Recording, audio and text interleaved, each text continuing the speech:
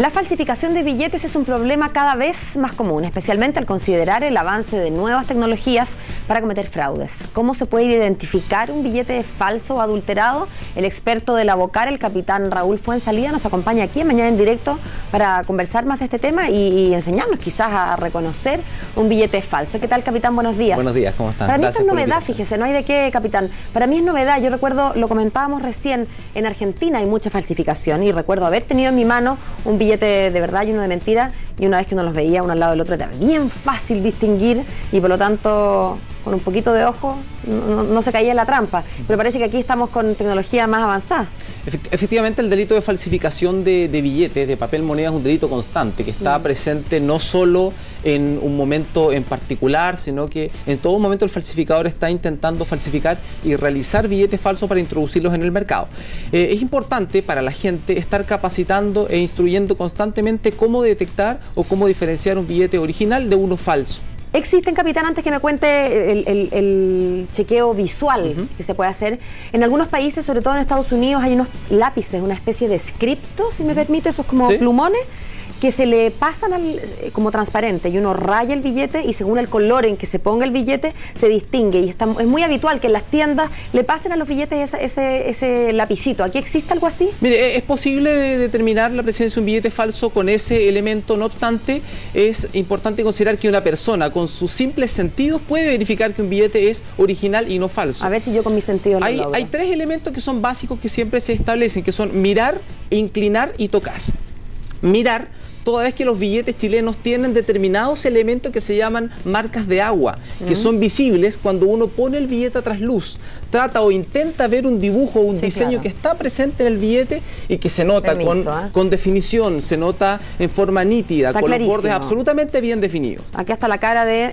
¿Quién es? Depende del billete, supongamos que es Andrés Bello. Andrés Bello. Y evidentemente se nota, no lo vamos a mostrar en cámara porque no se alcanza a ver, pero es evidente, yo incluso sin anteojos veo la silueta de la cara. Efectivamente, ese prócer debe ser el mismo prócer que aparece en el billete propiamente tal. O sea, si es el billete de 10.000 pesos, es la imagen de Arturo Y este Prat. es el falso. En el billete falso tenemos dos situaciones. Una, que no encontremos ningún tipo de diseño o figura, y otra situación, que encontremos un elemento de seguridad pero que está simulado, porque el falsificador en ocasiones intenta adulterarlo simulando un diseño, y en ese caso en particular lo que hay es un dibujo que es más burdo, con los bordes sin definición, que no son nítidos y que se advierte claramente la diferencia con un billete auténtico. Se notan las definiciones. Eso mirar.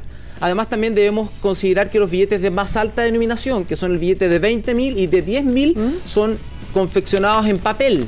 No obstante, el billete de 1.000, 2.000 y 5.000 son polímero, plástico. Hay dos tipos de soportes distintos para los billetes.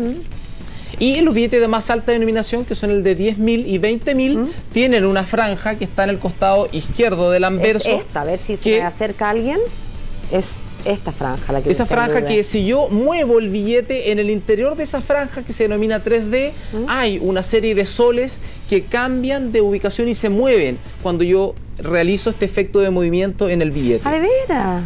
Lo particular de ese movimiento es que si yo muevo el billete de arriba hacia abajo, ese movimiento de los soles que están en el interior es de izquierda a derecha. Si yo efectúo el movimiento de izquierda a derecha, ese movimiento de los soles es de arriba hacia abajo, o sea, en el orden inverso. Fíjese que esto, capitán, sí que es novedad para mí. Yo lo tengo en la mano, yo no sé si alcanza a verse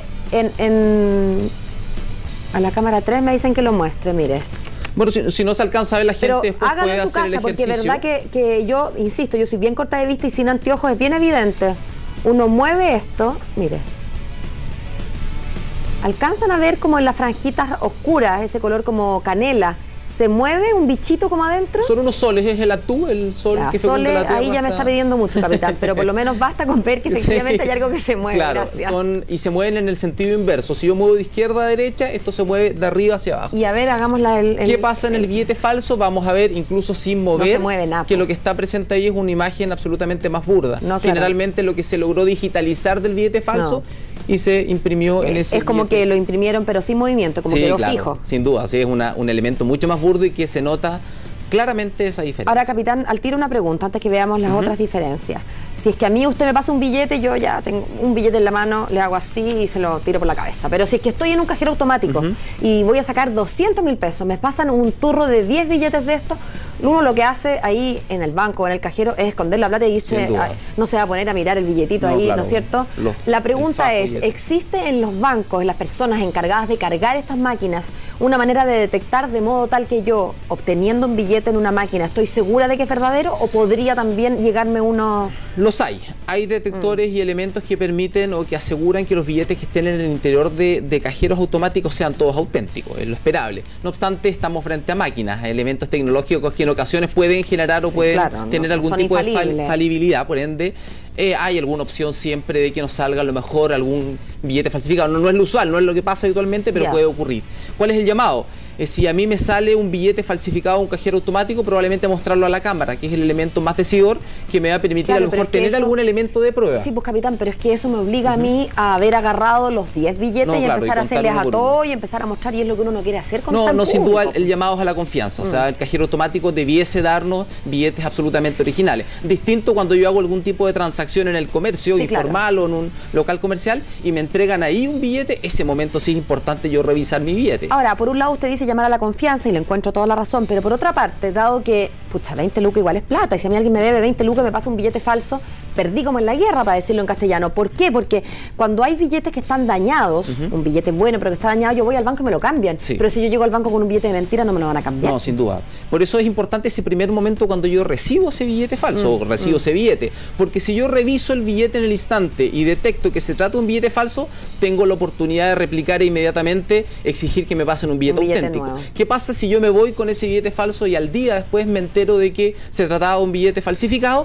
Ese momento es el complejo, porque con qué medio de prueba posteriormente yo llego donde esa persona y le exijo que me haga el cambio. Lo terrible, capitán, es que yo temo que ahí lo que pasa, y siendo bien honesta, es que alguien dice, chuta, esto está falsificado, yo mañana me voy al y le voy a pagar y lo siento, así como me hicieron tonta a mí, yo haré tonta al prójimo. Claro. Que probablemente sea menos pecaminoso porque en la cadena hubo gente que fue como cómplice sin querer, mientras que el que echó a andar el billete obviamente fue el que lo falsificó y con una intención mucho más dolosa, pero finalmente nos podríamos hacer sin querer cómplices todos de seguir, porque es muy difícil hacer la pérdida. O sea, lo que corresponde, me imagino, es decir, ya este es un billete falso, yo lo rompo y hago la pérdida. ¿Quién va a querer hacer la pérdida? No, eso es lo difícil, pero eso es lo llamado a hacer también. O sea, lo correctamente llamado a hacer es hacer la denuncia, porque en la medida también de que se haga la denuncia, tenemos la posibilidad de georreferenciar y saber dónde se están transando estos billetes falsificados para llegar a la fuente. Última pregunta, que se nos acaba el tiempo, capitán. Alguien me soplaba que como los billetes verdaderos no se doblan y los falsos sí.